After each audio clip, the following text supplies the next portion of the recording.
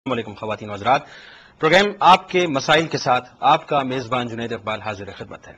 اللہ تبارک و تعالیٰ قرآن مجید میں فرماتا ہے کہ میں زمین پر اپنا ایک نائب بنا کے بھیج رہا ہوں، تو فرشتے اس سے کچھ کلام کرتے ہیں، لیکن بات یہ ہے کہ اس کلام سے قبل ہمیں یہ دیکھنا ہوگا کہ پروردگار کی ذات کیا ہے، پروردگار کی صفات کیا کیا ہیں۔ ہر شخص اس بات کو جانتا ہے کہ اللہ تبارک و تعالیٰ ہمارا مالک ہے، ہمارا خالق ہے، ہمارا پیدا کرنے والا ہے۔ یہ تمام نعمتیں جو ہمیں ملتی ہیں وہ تمام کی تمام پروردگار ہی کی جانب سے ہیں، اور بے شک ہم جب بھی ہاتھ اٹھاتے ہیں تو اپنے رب کے آگے ہاتھ اٹھاتے ہیں، یعنی وہی رب جو ہمیں پالنے والا بھی ہے، جو ہماری تمام خواہشات کو بھی جانتا ہے اور ہمارے دل سے زیادہ قریب بلکہ ہماری شہرت سے زیادہ قریب ہے۔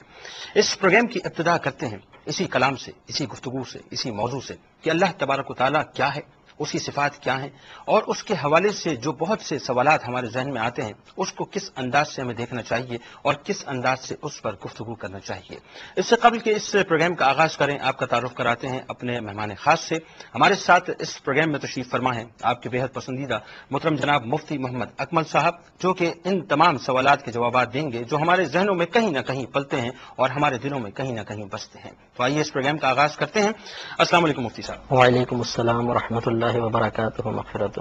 مفتی صاحب، پروردگار کے حوالے سے بہت سے سوالات ہمارے ذہن میں آتے ہیں، ابتدا یہاں سے کرتے ہیں کہ اللہ تبارک و تعالیٰ کس ذات کا نام ہے؟ اعوذ باللہ من الشیطان الرجیم، بسم اللہ الرحمن الرحیم۔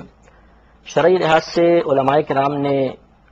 لفظ اللہ کا اطلاق جس ذات پر کیا ہے اس کی تعریف اس طرح بیان کی جاتی ہے کہ اللہ علم لذات الواجب الوجود المستجمع لجمیع صفات الکمالیہ، کہ اللہ تبارک و تعالی یعنی اللہ جو لفظ ہے یہ ایک ایسی ذات پاک کا نام ہے جو واجب الوجود ہے اور تمام صفات کمالیہ کی جامع ہے۔ مطلب یہ ہے کہ واجب الوجود اس ذات کو کہتے ہیں کہ جس کا وجود دیگر تمام وجودوں کے لیے سبب بنے، خود اس کے وجود کے لیے کوئی دوسری شے سبب نہ ہو۔ جیسے اللہ تبارک و تعالی ہے، ہم سب کا یہ ایمان ہے کہ اللہ تبارک و تعالی نے پوری کائنات کو پیدا فرمایا، لیکن اللہ تبارک و تعالی ہمیشہ سے ہے، ہمیشہ تک رہے گا، اس کے وجود کے لیے کوئی دوسری چیز سبب نہیں ہے۔ تو جو ذات دوسروں کے لیے سبب بنے، اس کے وجود کے لیے کوئی اور سبب نہ ہو، اس کو واجب الوجود کہتے ہیں۔ اور دوسرا اس کا حصہ یہ ہے کہ اللہ تبارک و تعالی تمام صفات کمالیہ کا جامع ہے، یعنی اس کی ذات میں تمام صفات ایسی جمع ہو گئیں جو کمال کے درجے تک پہنچی ہوئی ہیں۔ تو اب اللہ ایک ایسی ذات کا نام ہے کہ جو واجب الوجود ہے، یعنی اس کا وجود دیگر تمام وجودوں کے لیے سبب ہے یا علت ہے، خود اس کے لیے کوئی شے علت نہیں بنی، اور اس کی ذات میں تمام صفات کمالیہ موجود ہیں۔ مفتی صاحب، ایک سوال عام طور پہ لوگوں کے ذہن میں آتا ہے اور لوگ سمجھنا چاہتے ہیں اس بات کو کہ اللہ تبارک و تعالیٰ کی ذات و صفات پر تفکر کرنا، غور کرنا یا اس پر گفتگو کرنا جائز ہے کہ ناجائز ہے؟ دیکھیں، مسند امام احمد بن حنبل میں رضی اللہ ہمارے نبی کریم صلی اللہ علیہ وسلم کی حدیث کریمہ موجود ہے کہ سرکار مدینہ صلی اللہ علیہ وسلم ارشاد فرماتے ہیں کہ تم اللہ تبارک و تعالی کی صفات کے بارے میں غور و تفکر کرو، اس کی ذات کے بارے میں غور نہ کرو، کیونکہ کوئی عقل اللہ تعالیٰ کی ذات کا ادراک یا احاطہ نہیں کر سکتی۔ مطلب یہ ہے کہ اگر ہم اللہ تعالیٰ کی ذات کے بارے میں غور و تفکر کریں گے تو یہ فطری تقاضا ہے کہ عقل اسی شے کا تصور ذہن میں لے کر آتی ہے جس کو دیکھا ہو۔ اگر میں آپ کے سامنے کوئی اجنبی چیز کا ذکر کروں جو آپ نے نہیں دیکھی تو اس کا تصور بھی آپ کے ذہن میں نہیں آئے گا۔ تو چونکہ اللہ تبارک و تعالیٰ کسی شے کی مثل نہیں ہے تو اس کی ذات کا تصور ہمارے ذہن میں آ ہی نہیں سکتا، لہذا عقل اللہ تبارک و تعالیٰ کی ذات کو مکمل طور پہ خود بخود نہیں جان سکتی، نہ اس کی کوئی صورت ہمارے ذہن میں آئے گی۔ اب اگر آئے گی بھی تو ہو سکتا ہے کہ کوئی ہم غلط تصور اللہ تبارک و تعالیٰ کی ذات کے بارے میں اپنے ذہن میں قائم کر لیں، اور یہ ہمیں کفر تک لے جا سکتا ہے۔ اس لیے نبی کریم صلی اللہ علیہ وسلم نے اللہ تبارک و تعالیٰ کی ذات کے بارے میں غور و تفکر سے منع فرما دیا۔ ہاں، اس کی صفات کے بارے میں غور کریں، کیونکہ جب اللہ کی صفات کے بارے میں غور کریں گے تو لازمی طور پر ذہن میں ایک ایسی ذات کا تصور آ جائے گا کہ جس ذات کو ہم نے دیکھا تو نہیں، لیکن ہر صفت کمال اسی ذات پر جا کر ختم ہوتی ہے، تو یہ معلوم ہو جائے گا کہ ایک ایسی ذات پاک ضرور اس کائنات میں موجود ہے کہ تمام اچھی صفات اس کی ذات میں پائی جاتی ہیں۔ لہذا صفات پر غور کرنا یہ اللہ کی ذات تک پہنچائے گا، اور ذات پر غور کرنا خدا نہ خواستہ یہ ہمیں گمراہی تک پہنچا سکتا ہے۔ اس لیے نبی کریم صلی اللہ علیہ وسلم کے فرمان عالی شان کے مطابق ذات پر بالکل غور نہ کریں، ہاں اللہ تعالیٰ کی صفات پر غور کرنا چاہیے، یہ باعث برکت ہوتا ہے۔ اچھا مفتی صاحب، اس حوالے سے ایک سوال یہ پیدا ہوتا ہے کہ بہت سے ایسے لوگ ہیں جو علم حاصل کرتے ہیں اور درجہ بدرجہ جو ہے وہ علم کے مدارج طے کرتے چلے جاتے ہیں، اور ہوتا یہ ہے کہ پھر وہ اسٹیمیٹ کرنا شروع کر دیتے ہیں اللہ تعالیٰ کی ذات کو کہ جی اللہ ایسا ہے معاذ اللہ، اور اس طرح کی گفتگو اور اس کو محدود کرتے ہیں، اللہ محدود یا دیگر معاملات میں جو ہے وہ انٹرپشن کرتے ہیں. تو پھر ان لوگوں کو ہم کیسے دیکھیں گے جب علم بھی موجود ہے لیکن اس کے باوجود یہ سوالات ہو رہے ہوتے ہیں؟ دیکھیے، علم وہی باعث برکت ہوتا ہے کہ جو ہمیں گمراہی سے بچائے، ورنہ نبی کریم صلی اللہ علیہ وسلم کی خود حدیث پاک موجود ہے کہ جب آپ اللہ سے علم طلب کرتے تھے تو علم نافع کا سوال کیا کرتے تھے، یعنی ایسا علم جو ہمارے لیے نفع بخش ہو. تو وہ علم جو گمراہی کی طرف لے کر جائے حقیقتاً وہ علم نہیں ہے، کیونکہ علم کی تعریف ہے ما بہل انکشاف. یہ علم اس شے کو کہتے ہیں جس کے ذریعے دوسری چیزیں منکشف ہو جاتی ہیں، واضح ہو جاتی ہیں. اب چونکہ ہمارے نبی کریم صلی اللہ علیہ وسلم نے خود اللہ تبارک و تعالیٰ کی ذات میں غور و تفکر سے منع فرما دیا، اور نبی کریم صلی اللہ علیہ وسلم کے عقل مبارک کا کوئی مقابلہ نہیں کر سکتا. مدارج النبوت میں شیخ عبدالحق محدث دہلوی رحمۃ اللہ علیہ روایت نقل فرماتے ہیں کہ جب اللہ تبارک و تعالیٰ نے عقل کو پیدا فرمایا تو اس کے 100 حصے کیے، ایک حصہ پوری کائنات میں تقسیم کر دیا اور 99 حصے ہمارے نبی کریم صلی اللہ علیہ وسلم کو عطا فرمایا گیا. تو وہ نبی کریم جو اتنی وسعت عقل رکھتے ہیں وہ ہمیں اللہ کی ذات پاک کے بارے میں غور و تفکر کرنے سے منع فرما رہے ہیں. لہذا اب جو بھی علم اللہ تعالیٰ کا کوئی خدا نہ خواستہ فاسد تصور ذہن میں لانے کا سبب بنے تو حقیقتاً وہ علم نافع نہیں ہے بلکہ علم فاسد ہوگا. لہذا علم بظاہر چاہے کتنا ہی کثیر کیوں نہ ہو جائے، کتنی ڈگریاں ہم کیوں نہ جمع کر لیں، ہماری زبان میں کتنی روانی کیوں نہ آ جائے، ہمیں اپنے ذہن میں کتنی ہی وسعت کیوں نہ محسوس ہو، اللہ تعالیٰ کی ذات کا ادراک کرنا ہمارے بس کی بات نہیں. لہٰذا اس پہ غور و تفکر کرنا گمراہی ہے. کیا بات آپ نے فرمایا. واقعی جب سرکار مدینہ صلی اللہ علیہ وسلم یہ فرماتے ہیں کہ انا مدینۃ العلم، میں علم کا شہر ہوں، تو پھر اس سے بڑی سند اور کیا ملے گی. اچھا، ایک بات بڑی امپورٹنٹ ہے، جیسا کہ لفظ اللہ یہ اللہ کا ذاتی نام ہے اور باقی جتنے بھی نام ہیں وہ صفاتی نام ہے. تو یہ ذاتی اور صفاتی ناموں سے کیا مراد ہے؟ یہاں پر پیارا آپ نے سوال کیا ہے. اصل میں بعض نام ایسے ہوتے ہیں کہ جس میں کسی صفت کا لحاظ نہیں ہوتا، جیسے دیکھنا یا رزق عطا فرمانا، پیدا فرمانا، سننا، یہ صفات ہیں. تو بعض نام ایسے ہوتے ہیں جو کسی ذات پر بولے جاتے ہیں اور اس میں کسی صفت کا لحاظ نہیں ہوتا، اسے اسم ذات کہتے ہیں. اور بعض نام ایسے ہوتے ہیں کہ جن میں صفت کا لحاظ ہوتا ہے، ذات کا لحاظ بھی ہوتا ہے، مطلب کہ ذات اور صفت دونوں کا مجموعہ ہوتا ہے، لیکن وہ خصوصی طور پر ایک صفت، ایک وصفی معنی رکھتا ہے. تو اللہ جو لفظ ہے یہ اللہ تعالیٰ کا ذاتی نام ہے کہ اس میں جو اگر آپ معنی نکالیں گے تو کوئی وصفی معنی حاصل نہیں ہوگا. باقی جتنے اللہ تبارک و تعالیٰ کے نام ہیں جیسے 99 اسماء الحسنہ نبی کریم صلی اللہ علیہ وسلم نے خود گن کر ارشاد فرمائے ہیں، تو وہ ان تمام میں کوئی نہ کوئی وصفی معنی کا لحاظ کیا گیا ہے، لہٰذا ان تمام کو صفاتی نام کہتے ہیں. تو خلاصہ کلام یہ ہے کہ جو نام یا جو اسم فقط ذات کے بارے میں بتائے، کسی صفت کا اس میں لحاظ نہ ہو، وہ اس میں ذات کہلاتا ہے یا اس کو ذاتی نام کہتے ہیں. اور جس میں کسی صفت کا لحاظ ہو جاتا ہے اسے اس میں صفت کہتے ہیں یا اسے صفاتی نام کہا جاتا ہے. اچھا مفتی صاحب، چونکہ یہ سوال اس حوالے سے ہوا تو ایک بات بہت ضروری ہے کہ بہت سے ایسے لوگ ہیں جن کے حوالے سے ہم کہتے ہیں کہ صاحب فلاں شخص جو ہے بڑا کریم ہے، بڑا شفیق ہے، بڑا رحم کرتا ہے. تو جس طرح سے اللہ کی صفاتی ناموں میں یہ نام آیا کرتے ہیں تو کیا کسی انسان کے لیے بھی یہ بات کہی جا سکتی ہے؟ جی ہاں، اللہ تبارک و تعالیٰ کے بعض صفاتی نام تو ایسے ہیں جو اللہ کی ذات کے ساتھ مخصوص ہیں، اسے بعین ہی کسی مخلوق کے لیے چاہے آپ معنی بدل کر بھی استعمال کریں، یعنی کوئی اور معنی اپنے ذہن میں مراد لیں، ان کو استعمال نہیں کر سکتے. جیسے خالق،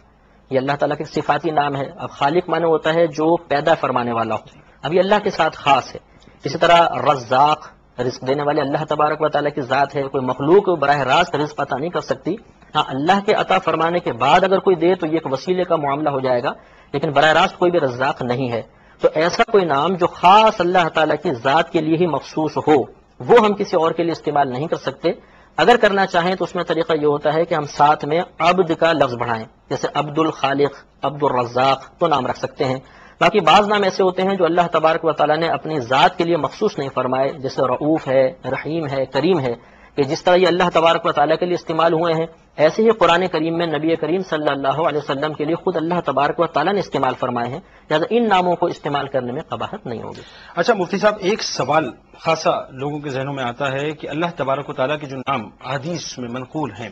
کیا اس کے علاوہ بھی کچھ اور ناموں کا ہم استعمال کر سکتے ہیں کہ نہیں؟ جی ہاں، اس میں مسئلہ یہ ہوتا ہے کہ جو احادیث کریمہ میں نقل کر دیے گئے اس میں تو کسی قسم کا کوئی اختلاف ہو ہی نہیں سکتا کہ ہمارے نبی کریم صلی اللہ علیہ وسلم جو کچھ ارشاد فرماتے ہیں وہ اللہ کے حکم سے ہی ارشاد فرماتے ہیں.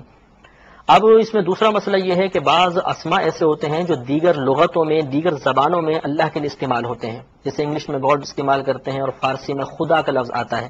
تو اگر کسی اور لغت کے اندر ایسا اللہ کے لیے مخصوص کوئی لفظ استعمال کیا جاتا ہے تو اس کو استعمال کرنے میں بھی شرعاً قباحت نہیں، چاہے وہ احادیث کریمہ سے نقل ہو کر آیا ہو یا نہ آیا ہو۔ اب تیسری قسم ایسی آتی ہے کہ جو نہ تو احادیث کریمہ سے منقول ہیں اور نہ کسی خاص لغت میں اللہ تبارک و تعالیٰ کے لیے ان الفاظ کا استعمال ہوتا ہے، تو کیا آپ ان کو استعمال کر سکتے ہیں کہ نہیں کر سکتے؟ تو اس میں علماء کا اختلاف ہے، لیکن صحیح مذہب یہی ہے کہ اللہ تبارک و تعالیٰ کے لیے ان ناموں کا استعمال صرف اس صورت میں جائز ہوگا جب ان کا معنی خالصتاً اللہ تعالیٰ کے لیے بالکل استعمال کرنا جائز اور درست ہو۔ مثال کے طور پہ کوئی ایک لفظ ایسا ہے جس کے 3-4 معانی ہیں، اب وہ ایک معنی بہت خوبصورت ہے، بہت اچھا ہے اور اللہ تعالیٰ کی ذات پاک کے لیے استعمال کیا جا سکتا ہے، لیکن بقیہ معنی میں کوئی فساد ہے تو ہم اس لفظ کو اللہ کے لیے استعمال نہیں کر سکتے۔ اور اگر کوئی ایسا لفظ ہے جو احادیث کریمہ سے نقل نہیں ہوا یا کسی دوسری لغت میں اللہ تعالیٰ کی ذات کے لیے استعمال نہیں ہوتا، لیکن اس کے تمام معانی یا ایک ہی معنی ہے اور وہ بالکل جائز، درست اور اللہ کے لیے مناسب ہے، تو اب اس کے استعمال کرنے میں شرعاً کوئی حرج نہیں ہوگا۔ اچھا، بہت سے لوگ، مفتی صاحب چونکہ ناموں کے حوالے سے بات چلی تو میں چاہوں گا مختصراً آپ یہ بھی فرما دیجئے کہ بہت سے لوگ جو ہیں وہ یہ کہتے ہیں، ایک عام پرسیپشن ہے کہ جی لفظ خدا استعمال نہیں کرنا چاہیے اور کہتے ہیں کہ جی اللہ ہی استعمال کرنا چاہیے، بلکہ عموماً ایسا بھی دیکھنے کو ملا ہے کہ ہم نے بہت سے ایسے اسٹیکرز بھی دیکھے ہیں جس میں یہ لکھا ہوتا ہے کہ گاڈ از ون، اور لوگ کہتے ہیں کہ جی اللہ از ون لکھنا صحیح ہے، گاڈ از ون لکھنا صحیح نہیں ہے۔ میں چاہوں گا اس حوالے سے آپ تھوڑا سا زیادہ خیال فرمائیں۔ میرا خیال ہے کہ اس جو سابقہ سوال کا جواب دیا اسی میں اس کی وضاحت تو ہو گئی ہے کہ کسی بھی لغت میں اگر اللہ تبارک و تعالیٰ کے لیے کوئی نام استعمال کیا جاتا ہے اور اس نام کا اس لغت میں اور کوئی غلط استعمال بھی نہیں ہے تو اس کو اللہ تعالیٰ کے لیے استعمال کرنے میں شرعاً کوئی قباحت نہیں ہے۔ جتنے بھی علماء متقین، علماء متاخرین گزرے ہیں جو فارسی زبان استعمال کیا کرتے تھے، انہوں نے باقاعدہ اللہ کے لیے لفظ خدا کو استعمال کیا ہے۔ اسی طریقے سے گاڈ کا لفظ جو ہے، تمام جو آپ ترجمہ قرآن دیکھیں گے جو بڑے بڑے علماء کرام نے کیا ہے وہ سب خدا کے لیے گاڈ کا لفظ استعمال کرتے ہیں، لہٰذا اس میں کوئی شرعاً حرج نہیں ہے۔ اگر کسی کو اس میں کوئی شرعی قباحت محسوس ہو تو وہ دلیل کے ساتھ اس کو بیان کرے تاکہ اس پہ غور و تفکر کیا جائے۔ ویسے انشاءاللہ ایسا کوئی مسئلہ نہیں ہوگا کہ کوئی بما دلیل اس کو ثابت کر سکے کہ اس کا استعمال غلط ہے۔ اچھا، ایک بات، چونکہ پروردگار ہمارا پالنے والا ہے، ہمیں پیدا کرنے والا ہے، تو لفظ اللہ کے ساتھ کسی شے یا چیز کا تصور جو ہے، مطلب یہ ممکن ہے کہ ہم کسی شے سے یا چیز سے اس کو جو ہے تعبیر کریں؟ ہاں، اگر آپ کا کہنے کا مطلب یہ ہے کہ کیا اللہ تبارک و تعالیٰ کو شے یا چیز کہا جا سکتا ہے کہ نہیں، تو یہ یاد رکھیے کہ اللہ کے لیے لفظ چیز استعمال کرنا یا شے استعمال کرنا منع ہوتا ہے۔ عام ہمارا عوامی تصور یہ ہے کہ جو کائنات میں موجود ہے ہم اسے شے کہتے ہیں، جیسے یہ ایک کاغذ ایک شے ہے، پین ایک شے ہے، ٹیبل ایک شے ہے، تو چونکہ اللہ بھی موجود ہے تو بعض اوقات یہ تصور آ سکتا ہے کہ چونکہ اللہ بھی موجود ہے وہ بھی ایک شے ہے، لیکن اچھی طرح اس میں تفصیل یاد رکھیے گا کہ ایک چیز ہے واجب الوجود، جیسے میں نے ابھی بتایا کہ واجب الوجود اس ذات کو کہتے ہیں کہ جس کا وجود دیگر تمام وجودوں کے لیے علت بنے، جیسے اللہ تبارک و تعالیٰ پوری کائنات کے لیے سبب اور علت ہے کہ اللہ کی وجہ سے پوری کائنات معرض وجود میں آئی، کوئی اور شے اللہ کے وجود کے لیے سبب نہیں ہے، تو اللہ تعالیٰ واجب الوجود کہلائے گا۔ اور دوسری چیز یاد رکھیے کہ اللہ تعالیٰ نے جتنی بھی چیزیں پیدا فرمائیں ان سب کو ممکن الوجود کہتے ہیں، یا شارٹ کر لیں تو اللہ تعالیٰ واجب ہے اور تمام جتنی چیزیں پیدا فرمائیں ان کو کہتے ہیں ممکن۔ تو اب واجب الوجود کی تعریف سے ہی ممکن کی تعریف بھی آپ کو سمجھ میں آ گئی ہوگی کہ ممکن اس شے کو کہتے ہیں جس کے وجود کے لیے کوئی دوسرا وجود سبب بن جائے۔ اب جواب جو ہمارے جنید بھائی نے سوال کیا اس کا جواب یہ ہے کہ لفظ شے یا چیز ممکن الوجود پہ بولا جاتا ہے، واجب الوجود پر نہیں بولا جاتا۔ لہٰذا اب اگر ہم ممکن پر بولے جانے والا لفظ اللہ کے لیے استعمال کریں گے جو واجب الوجود ہے تو یوں تصور آئے گا کہ شاید اللہ تعالیٰ کے وجود کے لیے بھی کوئی دوسرا وجود سبب بن گیا، اور یہ تصور محال بھی ہے اور ناممکن ہے اور غلط تصور ہے، اس لیے اللہ تعالیٰ کے لیے شے اور چیز کا لفظ استعمال نہیں کر سکتے۔ بلکہ معلومات کے لیے عرض کر دوں کہ بعض فقہائے اسلام نے اور علماء متکلمین نے لفظ شے یا چیز کو اللہ کے لیے استعمال کرنے کو کفر تک لکھ دیا ہے، لہٰذا اس میں بہت زیادہ احتیاط کرنی چاہیے کہ اگر ہم کفر تک نہ بھی جائیں تو کم از کم یہ گناہ ضرور ہے۔ مفتی صاحب، ذات کے اعتبار سے اللہ تبارک و تعالیٰ کی کوئی جگہ جو ہے وہ مخصوص سمجھی جا سکتی ہے؟ دیکھیے، جگہ کے لیے جسمانیت لازم ہے کہ ہم کہتے ہیں کہ یہ ایک جگہ پر ہے تو اس کا ایک اپنا جسم ہے۔ پہلے جسم کی تعریف یاد رکھیے گا کہ جسم اس چیز کو کہتے ہیں جسے لمبائی میں یا چوڑائی میں اور گہرائی میں آپ تقسیم کر سکیں، وہ جسم ہوتا ہے۔ جیسے ہمارے جسم کو لمبائی میں بھی کاٹ سکتے ہیں، چوڑائی کے اندر بھی، گہرائی کے اندر بھی کاٹ سکتے ہیں، تو یہ ایک جسم ہے۔ اور اللہ تبارک و تعالیٰ جسمانیت سے پاک و صاف ہے۔ جب اللہ تعالیٰ جسمانیت سے پاک و صاف ہے تو جسم ہی جگہ کے اندر ہوتا ہے، جب اللہ تعالیٰ جسم نہیں تو اس کے لیے کوئی جگہ بھی متعین کرنا جائز نہیں ہوگا۔ مفتی صاحب، ایک بات عمومی طور پہ گفتگو میں آتی ہے اور عام طبقہ اس کو بڑا ڈسکس کیا کرتا ہے، کہا یہ جاتا ہے کہ جی ہم عموماً دیکھتے ہیں ڈسکشن میں یہ بات آتی ہے کہ جی اللہ تبارک و تعالیٰ آسمان پہ موجود ہے، عموماً جو ہے لوگ اشارہ کر کے ہاتھ اٹھا کے کہتے ہیں کہ جی اوپر والا جانے یا اوپر والا بہتر جانتا ہے، یا اس حد تک ہم چلے جاتے ہیں کہ کسی کی تعریف و توصیف اگر بیان کرنی ہو تو ہم یہاں تک کہہ دیتے ہیں کہ جی اوپر اللہ کی ذات موجود ہے اور نیچے آپ ہمارے لیے موجود ہیں۔ تو یہ تمام کلمات شرع اس حوالے سے کیا کہتی ہے؟ ماشاءاللہ جنید بھائی، آپ نے بہت پیارا سوال کیا، اور عوام کے اندر یہ چونکہ غلطیاں بہت زیادہ عام ہیں تو ضرور اس کی نشاندہی ہونی چاہیے۔ جیسے کہ میں نے عرض کیا کہ اللہ تبارک و تعالیٰ کے لیے کوئی سمت متعین کرنا یا جگہ متعین کرنا جائز نہیں ہے، کیونکہ جب کوئی شاید جگہ میں ہوگی تو کسی نہ کسی سمت میں بھی ہوگی، یعنی آگے پیچھے اوپر نیچے دائیں بائیں۔ تو اللہ تبارک و تعالیٰ کی ذات چونکہ کسی جگہ میں نہیں سما سکتی ہے اور نہ وہ کسی جگہ میں موجود ہے، لہذا اس کے لیے کوئی ہم جہت یا سمت متعین نہیں کر سکتے۔ لہذا اب یہ کہنا کہ اوپر اللہ تعالیٰ ہے نیچے آپ ہیں، تو اس کا مطلب یہ ہوا کہ ہم نے اللہ تعالیٰ کو ایک مکان ایک جگہ تک محدود کر دیا، گویا کہ اگر اللہ تعالیٰ اوپر ہے تو نیچے نہیں ہے، تو اللہ تعالیٰ کے وجود کا انکار لازم آتا ہے۔ اس لیے فقہاء اعظام نے ارشاد فرمایا کہ اگر کوئی اس نیت کے ساتھ یہ جملہ بولے کہ واقعی اللہ تعالیٰ اوپر ہے اور کائنات کے اندر اس کا وجود اس کے علم اور قدرت کے اعتبار سے یا اس کی شان کے لائق موجود نہیں ہے، تو وہ کافر ہو جائے گا۔ اس لیے یاد رکھیے کہ یہ اوپر کی طرف اشارہ کرنا اگر صرف سمجھانے کے لیے ہو، اللہ کی ذات کی نشاندہی کرنے کے لیے ہو، اس تصور کے ساتھ نہ ہو کہ اللہ تعالیٰ واقعی اوپر براجمان ہے یا عرش پہ بیٹھا ہوا ہے، تو اس میں جواز کی صورت نکل سکتی ہے۔ اور اگر اس عقیدے کے ساتھ کہا کہ واقعی اللہ تعالیٰ عرش پر موجود ہے یا آسمان پر جلوہ گر ہے، یہاں پر موجود نہیں ہے، تو پھر وہ شخص کافر ہو جائے گا۔ اس لیے بہت زیادہ احتیاط کرنی چاہیے اور آسمان کی طرف اشارہ نہیں کرنا چاہیے کہ اگر آپ صحیح عقیدے کے ساتھ، صحیح نظریے کے ساتھ، صحیح تصور کے ساتھ بھی اشارہ کر رہے ہیں تو سامنے والا اس کا کیا اثر قبول کر رہا ہے یہ ہمیں معلوم نہیں، لہذا احتیاط کرنی چاہیے۔ ہو سکتا ہے ہم صحیح نظریے کے ساتھ اشارہ کریں اور سامنے والا غلط مفہوم لے کر غلط فاسد عقیدے کے ساتھ اپنا یہ مطلب عقیدہ متعین کر لے کہ اللہ تعالیٰ اوپر ہے اور وہ اس نیت سے اشارے کرے گا تو کفر اس کی طرف متوجہ ہو سکتا ہے، لہذا اس میں احتیاط کرنی چاہیے۔ اچھا مفتی صاحب، ایک بات پروردگار یہ کلام فرماتا ہے کہ واللہ محیط بالکافرین، یعنی اللہ تعالیٰ کافروں کو گھیرے ہوئے ہے۔ اللہ تعالیٰ ہر جگہ موجود ہے، یہ ہمارا ایک تصور ہے اور ایک عام انسان اس کو اس طرح سے ڈسکس کرتا ہے کہ مسلمان، تو کیا اس تصور کو ہم صحیح سمجھیں یا یہ کہنا جائز ہے کہ پروردگار ہر جگہ موجود ہے؟ جی ہاں، یہ کہنا بہرحال جائز نہیں ہے کہ اللہ تعالیٰ ہر جگہ موجود ہے، کیونکہ جب ہم ہر جگہ کی موجودگی کا لفظ کہیں گے تو لازم بات ہے کہ اللہ تعالیٰ کے لیے جگہ تو ثابت ہوگی اور اللہ کے لیے جگہ کا ثابت کرنا یہ منع ہوتا ہے۔ لہذا جو یہ آپ نے آیت شریفہ پڑھی کہ واللہ محیط بالکافرین، کہ بے شک اللہ تعالیٰ کافروں کو گھیرے ہوئے ہے، تو بظاہر ایسا لگتا ہے کہ اللہ تعالیٰ کی ذات نے ان کو گھیرا ہوا ہے، لیکن اس کا مفہوم یہ ہے کہ اللہ تبارک و تعالیٰ اپنے علم اور قدرت کے اعتبار سے تمام کافروں کو گھیرے ہوئے ہے۔ مطلب یہ ہے کہ اس کے علم سے کوئی شے باہر نہیں، تو گویا کہ اس کے علم نے تمام کو گھیر لیا۔ اسی طرح اللہ تعالیٰ کے دستے قدرت سے کوئی بھاگ نہیں سکتا، راہ فرار اختیار نہیں کر سکتا۔ اس اعتبار سے اللہ تبارک و تعالیٰ نے اپنی قدرت کے لحاظ سے لوگوں کو گھیرا ہوا ہے۔ تو اللہ تعالیٰ کی ذات ہر جگہ موجود ہے یہ کہنا جائز نہیں۔ ہاں، آپ یوں کہہ سکتے ہیں کہ اللہ تبارک و تعالیٰ اپنے علم اور قدرت کے اعتبار سے پوری کائنات کو گھیرے ہوئے ہے، اس میں شرعاً کوئی حرج نہیں ہوتا۔ اچھا، عموماً گفتگو میں یہ کلام ہوتا ہے اور برسبیل تذکرہ جب بات آتی ہے تو ہم یہ کہتے ہیں صاحب کہ اللہ تبارک و تعالیٰ ازل سے ہے اور ابد تک رہے گا، اور ساتھ ساتھ یہ بھی جملے استعمال ہوتے ہیں کہ صاحب وہ بڑا قدیم ہے۔ تو اللہ تعالیٰ ازلی ہے اور ابدی ہے اور قدیم ہے، یہ کہنا صحیح ہے کہ غلط ہے؟ نہیں، بالکل صحیح ہے۔ اصل میں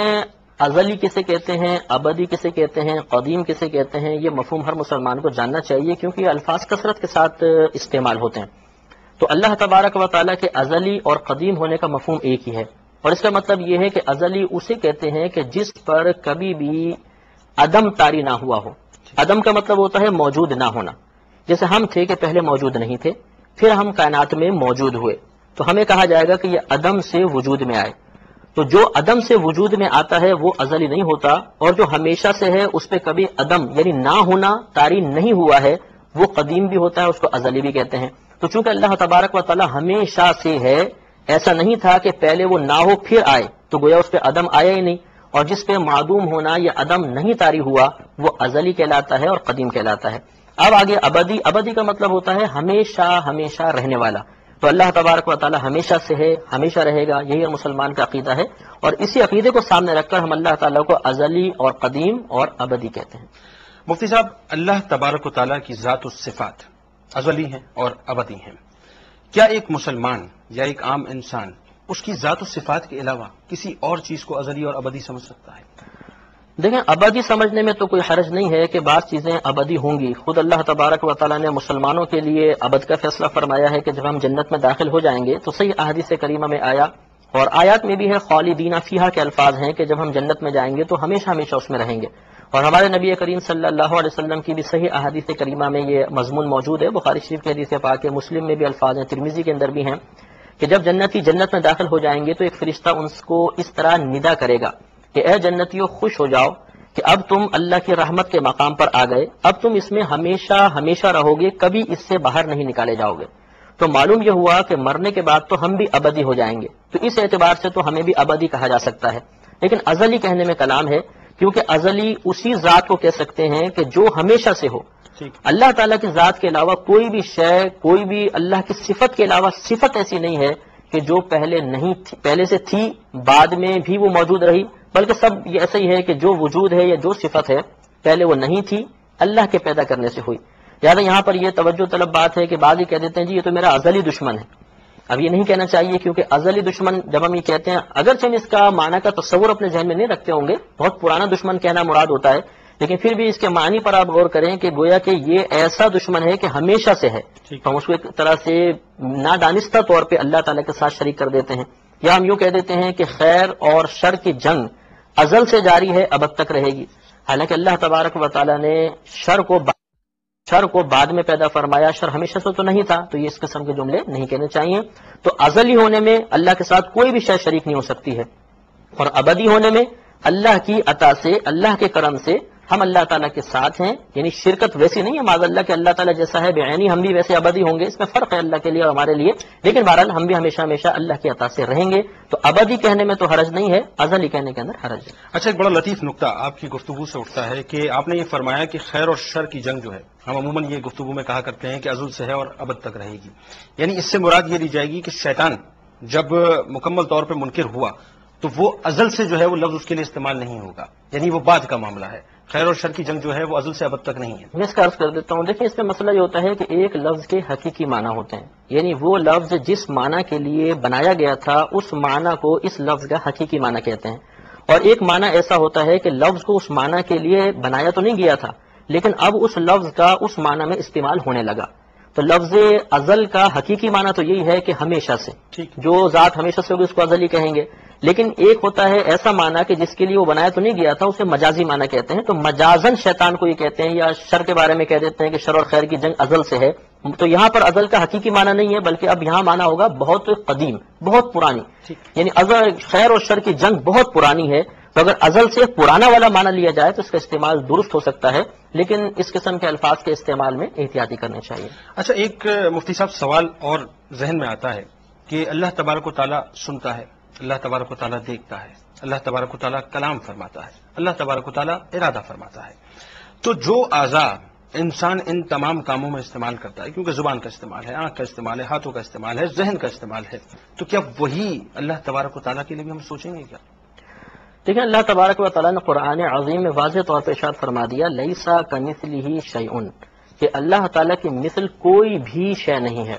تو اللہ تبارک و تعالیٰ دیکھتا ضرور ہے، لیکن وہ اپنے دیکھنے میں آنکھ کا محتاج نہیں. وہ سنتا ضرور ہے، لیکن اس کی سماعت کان کے اوپر یا کان کے وجود پر موقوف نہیں ہے. وہ ارادہ ضرور فرماتا ہے، لیکن اس کے لیے اللہ تبارک و تعالیٰ قلب و ذہن کا محتاج نہیں ہے. لہذا اللہ تعالیٰ کا دیکھنا، سننا، ارادہ فرمانا یہ ہم سے، ہماری سمجھ سے بھی ماورا ہے. وہ کس طرح دیکھتا ہے، وہ کس طرح سنتا ہے، اس کے لیے کیا وہ چیز استعمال کرتا ہے، یا کس طریقے شان کے لائق وہ دیکھ رہا ہے، اس پر یہی وہ غور و تفکر ہے جس کو نبی کریم نے منع فرمایا کہ ان کا تعلق اللہ کی ذات سے ہے، اور یہ چیزیں ہماری عقل میں نہیں آ سکتی. اب اس کے لیے آنکھ نہیں ہے لیکن پھر بھی دیکھ رہا ہے، اس کے لیے کان نہیں ہے وہ پھر بھی سن رہا ہے. اب یہ بات ہماری عقل میں نہیں آ سکتی. تو بس یہ سمجھ لیں جہاں عقل عاجز آ جائے وہاں سے اللہ کی ذات کی ابتدا ہوتی ہے. تو یہی مطلب معاملہ ہے کہ ہمارے نبی کریم صلی اللہ علیہ وسلم نے اللہ کی ذات پر غور و تفکر سے منع فرمایا. تو بہرحال اللہ کا دیکھنا، اللہ تعالیٰ کا سننا، اللہ تعالیٰ کا ارادہ فرمانا یا کوئی فیصلہ فرمانا یہ ظاہری اعضاء سے پاک و صاف ہے. وہ اپنے شان کے لائق دیکھتا، سنتا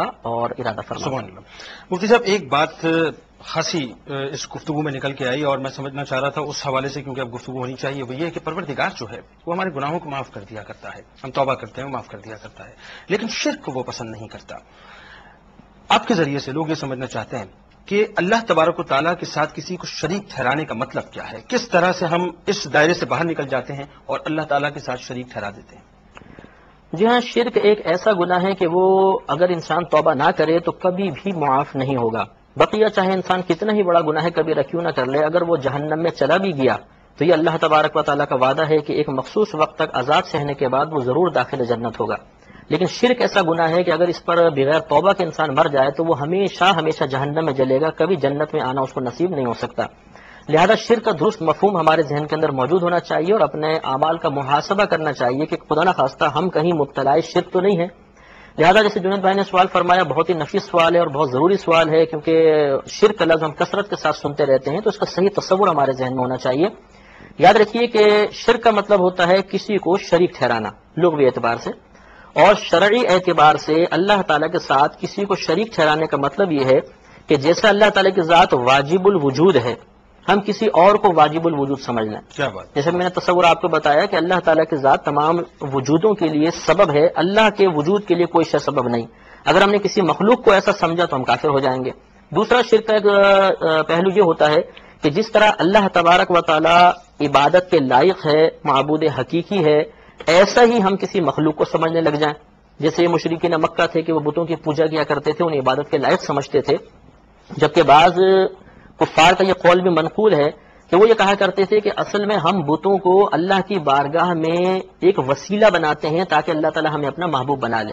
لیکن اس وسیلے کے اختیار کرنے کا طریقہ یہ تھا کہ وہ بتوں کی عبادت کیا کرتے تھے۔ تو اب وسیلہ تو بتوں کو بنایا اور دوسرا بطریق عبادت بنایا، لہذا اللہ تعالیٰ نے ان کو مشرک قرار دیا۔ تو لہذا ایک تو کسی اللہ کے علاوہ چیز کو، ذات کو واجب الوجود سمجھنا یہ شرک ہے، دوسرا اللہ تعالیٰ کی طرح کسی غیر اللہ کو، دوسری مخلوق کو عبادت کے لائق سمجھنا یہ شرک ہے۔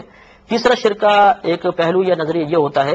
کہ جیسی صفات اللہ تبارک و تعالیٰ کے لیے ثابت ہیں، بے عین ہی ویسی ہی صفات کسی مخلوق کے اندر مان لینا یہ شرک ہوتا ہے۔ اللہ تعالیٰ کے لیے جو صفات ہم مانتے ہیں، ہر صفت کم از کم 3 صفتوں سے ضرور متصف ہوگی، یعنی اس صفت میں 3 قسم کے اوصاف ہوں گے۔ پہلا یہ کہ اللہ تبارک و تعالیٰ کی ہر صفت ذاتی ہے، یعنی اللہ کو کسی نے نہیں دی، اس کی خود بخود وہ صفت ہے، اس کو ذاتی کہتے ہیں۔ دوسرا، اللہ تعالیٰ کی تمام صفات لامحدود ہیں، ان کی کوئی حد نہیں ہے۔ اور تیسرا کہ اللہ تبارک و تعالیٰ کی صفات کو فنا نہیں ہے، وہ کبھی بھی فنا نہیں ہوں گی، غیر فانی ہے۔ اب یہ اگر کسی مخلوق میں مان لی جائیں تو شرک ہو جائے گا، اور اگر فرق کے ساتھ مانی جائیں تو پھر شرک نہیں ہوگا۔ مثلا اللہ تعالیٰ بھی دیکھتا ہے، ہم بھی دیکھتے ہیں۔ اب کوئی بولے کہ آپ نے دیکھنے کا تصور چونکہ قائم کر لیا، آپ بھی مشرک ہو گئے، کیونکہ اللہ بھی دیکھتا ہے، آپ بھی دیکھتے ہیں، تو ہم یہ فرق بیان کریں گے کہ ہمارے دیکھنے میں اللہ کے دیکھنے میں فرق ہے۔ اللہ کا دیکھنا ذاتی ہے، اسے کسی نے نہیں دیا، ہمارا دیکھنا عطائی ہے، اللہ نے ہمیں عطا فرمایا ہے۔ دوسرا، اللہ تعالیٰ کا دیکھنا لامحدود ہے، مخلوق کا دیکھنا ایک حد تک ہوتا ہے۔ اللہ تعالیٰ کی تمام صفات غیر فانی ہیں، وہ کبھی فنا نہیں ہوں گی، اور مخلوق کی صفات فنا ہو سکتی ہیں۔ جس طرح ان 3 فرقوں کی وجہ سے ہم دیکھنے میں، سننے میں، ارادے میں، مالک ہونے میں، فیصلہ کرنے میں، ان تمام چیزوں میں شرک سے باہر نکل آتے ہیں، اسی طرح ہر معاملے کو آپ اپنے سامنے رکھ لیجئے، ہر اپنے معاملات کو دیکھیے، اپنی عادات و اطوار، رسم و رواج کو دیکھیے، اگر ان 3 فرقوں میں سے کوئی فرق اس میں پایا جاتا ہے تو وہاں شرک نہیں ہوگا۔ اور اگر وہ 3 صفات جو اللہ تعالیٰ کی ہر صفت کے ساتھ ہیں، ان آپ کی رسومات میں، آپ کے نظریات میں، آپ کے عقائد میں پائے جائیں تو پھر ہم مشرک ہوں گے، ہمیں فوراً کلمہ پڑھ کے دوبارہ مسلمان ہونا چاہیے۔ اچھا، اس سے ایک ضمنی سوال یہ پیدا ہوتا ہے، عموماً لوگوں کے ہم نے دیکھا ہے کہ راستے میں جو ہے وہ کالی بلی رستہ کاٹ جاتی ہے، یا کوئی شخص اگر کسی کو ضرر پہنچا دیتا ہے تو لوگ ذرا اس سے خائف ہو جایا کرتے ہیں۔ یہ فلسفہ تو ذرا ایک مختلف ہے، تو کیا اس میں بھی کچھ شرک کا پہلو آتا ہے کہ ہم یہ سمجھتے ہیں کہ جی بلی رستہ کاٹ گئی اور ہمارے ساتھ کچھ نقصان ہو سکتا ہے؟ نہیں، شرک کا پہلو تو نہیں آتا، اس کو توہم کہتے ہیں، یعنی وہم میں مبتلا ہونا یا بدشگونی لینا، اور شرعی لحاظ سے ہمارے نبی کریم صلی اللہ علیہ وسلم نے بدشگونی لینے سے منع فرمایا ہے۔ ہاں، خوش شگونی لے سکتے ہیں، یعنی اگر آپ باہر نکلے، کسی نیک شخص کے چہرے پہ نگاہ پڑ گئی اور آپ نے کہا آج تو بڑا مبارک چہرہ دیکھ لیا، انشاءاللہ میرے سارے کام ہو جائیں گے، تو یہ خوش شگونی لینا جائز ہے۔ لیکن کسی کا چہرہ دیکھا اور کہا یہ کہاں صبح صبح ٹکرا گیا، اب تو میرے سارے کام بگڑ جائیں گے، یہ ہندوانہ طریقہ ہے، مذہب اسلام اس سے منع کرتا ہے۔ اسی طرح کالی بلی کا رستہ کاٹ جانے کا کوئی ہمارے مذہب میں منفی مطلب اس کا تصور نہیں ہے، اور اس کی کوئی شرعی حیثیت نہیں ہے۔ ایسی بات بولتے ہیں گھر پہ الو اگر آ کے بیٹھ جائے تو نقصان ہو جاتا ہے. تو یہ تمام توہمات ہیں، اس سے ہمیں بچنا چاہیے. اچھا مفتی صاحب، ایک بات یہ ہے کہ عموماً چونکہ ہم تو پروردگار کو جو دیکھتے ہیں وہ ہر عیب سے پاک دیکھتے ہیں، لیکن ایک طبقہ یہ سمجھتا ہے، جو ایک فلسفی اٹھتی ہے، وہ یہ سوال کرنا چاہتا ہے کہ جی کیا پروردگار کی ذات میں بھی کوئی عیب ہو سکتا ہے؟ اور اگر یہ طبقہ یہ بات کہتا ہے تو پھر کیا یہ بات شرعاً جو ہے اس کی گرفت کیا بنتی ہے؟ دیکھیں، اللہ تبارک و تعالیٰ کے لیے لفظ اللہ کے استعمال پہ جب آپ نے سوال فرمایا تھا تو وہاں یہ تعریف بیان کر دی گئی کہ اللہ تبارک و تعالیٰ تو ایک ایسی ذات کا نام ہے جو تمام صفات کمالیہ کی جامع ہے. اس میں کوئی گندی صفات، کوئی عیب ہو ہی نہیں سکتا. تو ہمارے رب کریم کی جتنی بھی صفات ہیں سب پیاری صفات ہیں. کوئی گندی صفات، کوئی گندا وصف اللہ کی ذات میں نہیں ہو سکتا. اگر خدا نخواستہ کوئی اللہ تبارک و تعالیٰ کی طرف کسی عیب کی نسبت کرے، کسی برائی کی نسبت کرے، جیسے معاذ اللہ بعض لوگ مصیبت میں مبتلا ہوتے ہیں تو یوں کہہ دیتے ہیں کہ اللہ تعالیٰ تو بھی بڑا ظالم ہے، معاذ اللہ ہم پہ اتنا ظلم کر رکھا ہے، یا یہ اللہ نے کیسا انصاف کر دیا، یہ بے انصافی ہے، معاذ اللہ اس کو اتنا دے دیا ہمیں نہیں دیتا. یا معاذ اللہ یوں بولا کہ اللہ تعالیٰ جھوٹ بول سکتا ہے، اللہ تعالیٰ معاذ اللہ مکر کر سکتا ہے، دھوکہ دے سکتا ہے. تو یہ تمام باتیں غلط ہیں اور شرعی لحاظ سے ایسا شخص کافر ہو جائے گا، اسے دوبارہ کلمہ پڑھ کے مسلمان ہونا ہوگا. مفتی صاحب، اللہ تبارک و تعالیٰ نے دنیا کو پیدا کیا اور ہم دیکھتے ہیں کہ مخلوقات میں انسان بھی ہیں، جنات بھی ہیں، چرند بھی ہیں، درند بھی ہیں، پرند بھی ہیں، چاند بھی ہے، سورج بھی، زمین بھی، ماہتاب، آفتاب، ایک پورا سسٹم ہمارے سامنے موجود ہے.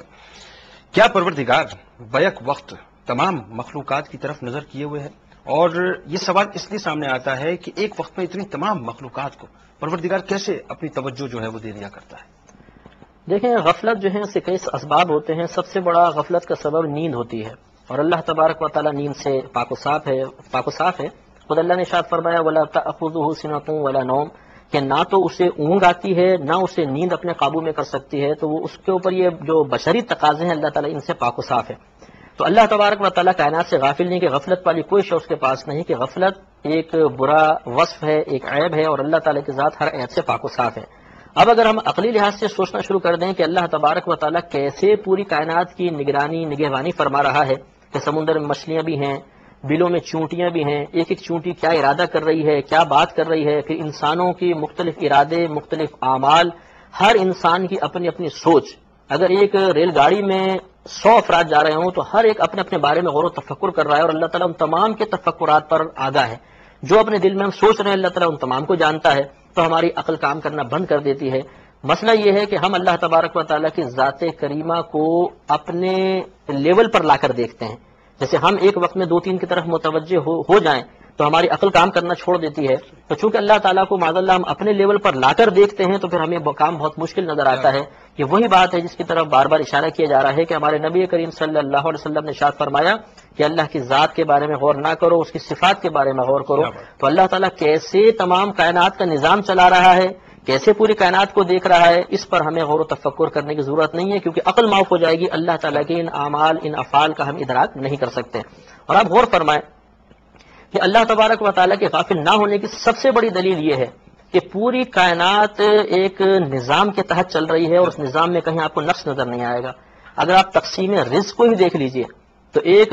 رزق کسی کھیت میں اگتا ہے، وہاں سے کاٹا جاتا ہے، مارکیٹ میں آتا ہے، پھر وہاں سے دکانوں میں پہنچتا ہے، آپ خرید کے گھر پہ لاتے ہیں، پھر اسے پکاتے ہیں، پھر گھر والوں کے سامنے رکھتے ہیں. ایک ہی روٹی ہے، ایک ٹکڑا ایک بھائی لے جاتا ہے، دوسرا ٹکڑا دوسرا لے جاتا ہے، تیسرا ٹکڑا تیسرا لے جاتا ہے. اسی میں سے کچھ گرتا ہے، وہی ٹکڑے چونٹیوں کے پیٹ میں چلے جاتے ہیں، اور روزانہ یہ معاملہ ہو رہا ہے. اس سے معلوم یہ ہوتا ہے کہ اللہ تعالیٰ کی ذات ہم وقت اپنے بندوں کی طرف متوجہ ہے، اپنی شان کے لائق، اور اس کی توجہ کا ادراک کرنا یہ ہمارے بس کی بات نہیں ہے. کیا بات ہے، بلکہ وہی بات ہے نا کہ اگر ایک خدا نہ ہوتا 2 ہوتے تو پھر یہ جھگڑا ہوتا کہ سورج جو ہے مشرق سے نہیں نکلے گا مغرب سے نکلے گا. بہرحال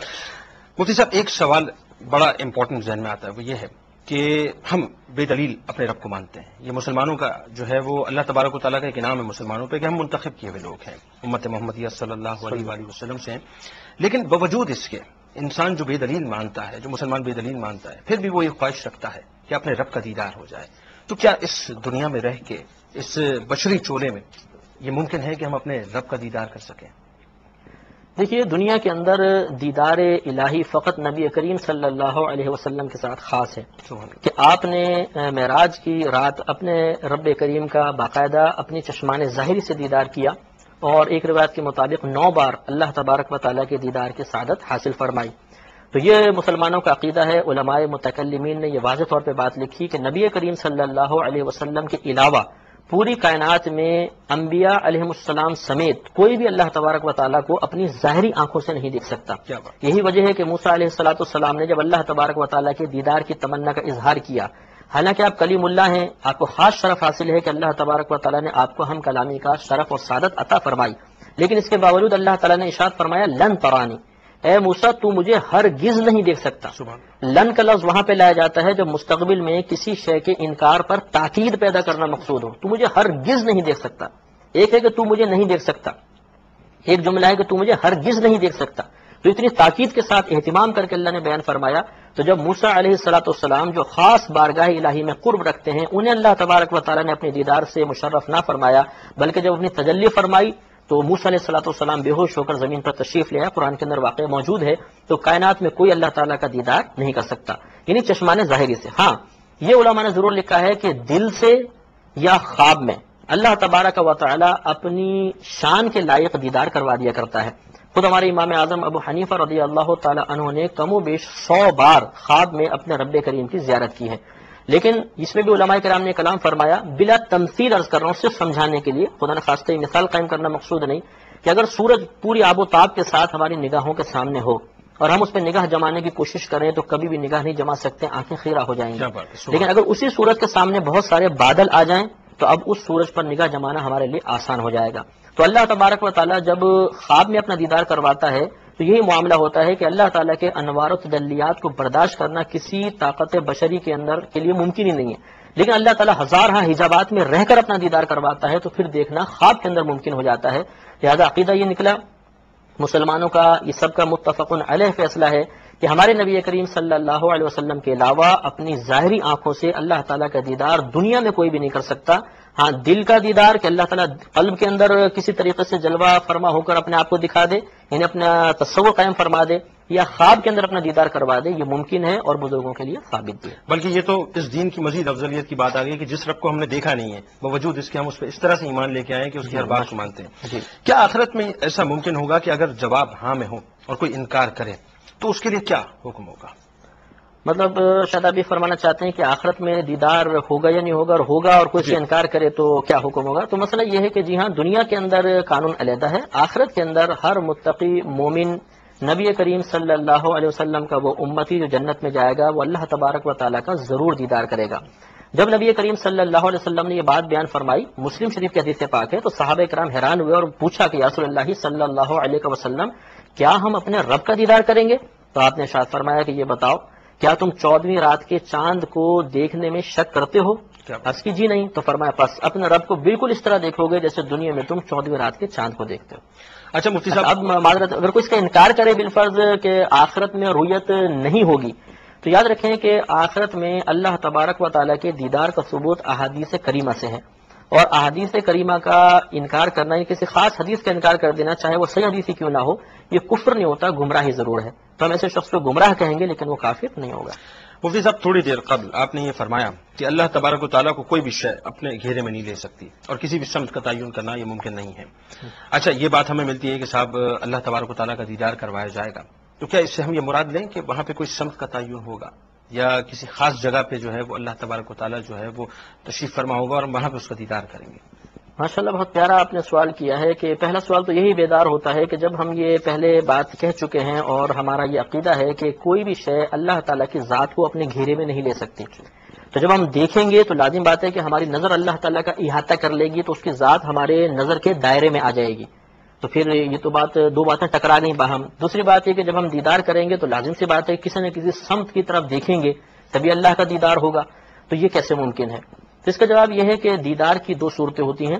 ایک تو دیکھنا ایسا ہوتا ہے کہ ہماری نظر اس شے کا احاطہ کر لیتی ہے. جیسے اسکرین پہ آپ مجھے دیکھ رہے ہیں تو اس وقت آپ کی نظر پوری کی پوری میرے وجود پر ہے اور میرا وجود آپ کی نظر کے احاطے میں ہے. ایک دیدار یہ ہوتا ہے. دوسرا، آپ کوئی مثلا ہتھیلی لے لیں اور اس کو بالکل آنکھ کے قریب کر لیں. اب دیکھیں، آپ اپنی ہتھیلی کو دیکھ رہے ہیں، آپ کی آنکھ اس کو دیکھ رہی ہے، اس کو بھی دیدار کہیں گے، لیکن آپ کی آنکھ اس پوری ہتھیلی کا احاطہ نہیں کر رہی، اس کو گھیرے میں نہیں لے سکتی کیونکہ بہت قریب ہو گیا. تو بس اللہ تعالیٰ کا بروز قیامت ایسے ہی دیدار ہوگا کہ دیدار بھی ہو جائے گا اور اس کی ذات ہماری نظر کے احاطے میں مقید بھی نہیں ہوگی. دوسری بات یہ کہ اللہ تعالیٰ کے لیے جب سمت متعین کرنا جائز نہیں ہے تو اللہ تعالیٰ کا دیدار کس طرف دیکھ کر کریں گے. اس کے لیے بزرگان دین نے فرمایا کہ یہ معاملہ چونکہ صحیح احادیث کریمہ میں آ گیا اس لیے ہم اس کو تسلیم کرتے ہیں، ورنہ عقل کی اس تک رسائی ممکن نہیں ہے۔ لہٰذا جواب میں یہ کہتے ہیں کہ انشاءاللہ جب دیکھیں گے تو پھر آپ کو بتا دیں گے کیسا اللہ تعالیٰ دیدار کیا کروایا۔ بات ہے، سبحان اللہ۔ اچھا، یہ دیکھنے پہ ایک سوال اور آتا ہے کہ بھائی مومنین تو دیکھیں گے، مسلمان دیکھیں گے، کیا کفار بھی دیکھیں گے؟ اللہ تبارک و تعالیٰ جس طریقے سے اپنا دیدار کروانا پسند فرمائے گا وہ مومنین کے ساتھ ہی خاص ہے۔ اللہ تبارک و تعالیٰ کے غضب کی تجلیات یہ کفار کے اوپر نازل ہو رہی ہوں گی، وہ انتہائی خوفزدہ ہوں گے اور ان میں اتنی ہمت نہیں ہوگی کہ وہ اللہ تبارک و تعالیٰ کا دیدار کر سکیں اور اس سے لطف اندوز ہو سکیں۔ تو یہ دیدار الہی آخرت کے اندر فقط مومنین کے ساتھ خاص ہے، کفار کو یہ سعادت نصیب نہیں ہوگی۔ اچھا، عمومی طور پہ مفتی صاحب ہماری گفتگو میں ہم لفظ اللہ کے ساتھ اللہ تعالیٰ لگاتے ہیں، اللہ عز و جل لگاتے ہیں، اللہ تبارک و تعالیٰ کہتے ہیں،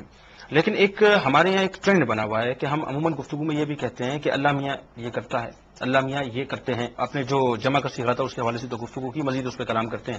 لفظ اللہ میاں کا جو ہے استعمال بہت زیادہ ہوتا ہے، یہ کرنا صحیح ہے کہ غلط ہے؟ دیکھیے جنید بھائی، پہلے یہ عرض کیا تھا کہ بعض الفاظ ایسے ہیں جو اللہ تبارک و تعالیٰ کے لیے استعمال ہوتے ہیں اور باقاعدہ احادیث کریمہ سے ثابت ہیں، ان کے استعمال میں شرعاً کوئی حرج نہیں ہوتا۔ بعض الفاظ ایسے ہوتے ہیں جو لغتوں میں اللہ کے لیے استعمال کیے جا رہے ہیں، دیگر یعنی عربی زبان کے علاوہ زبانوں میں استعمال ہوتے ہیں، ان کے استعمال میں بھی شرعاً کوئی حرج نہیں ہے، بشرطے کہ کوئی غلط معنی نہ نکلتا ہو۔ اور تیسرے وہ الفاظ ہیں جو نہ احادیث کریمہ سے منقول ہیں، نہ خاص کسی زبان میں اللہ کے لیے مخصوص ہیں۔ ان ناموں کے اندر وہی جیسے میں نے ضابطہ عرض کیا کہ ہمیں دیکھنا ہوگا کہ کیا اس نام کا کوئی ایسا معنی تو نہیں جو اللہ کی شان کے لائق نہ ہو۔ اگر ایسا ہے، اگر ایک بھی معنی ایسا ہوگا تو اس لفظ کو اللہ کے لیے استعمال کرنا جائز نہیں ہوگا۔ اب اگر ہم میاں کے لفظ کو دیکھیں تو میاں کا لفظ ایک تعظیم کا کلمہ ہے، اور اس کے ساتھ ساتھ اس کے اندر دو معانی فاسد بھی ہیں۔ مثلا میاں شوہر کو بھی کہتے ہیں،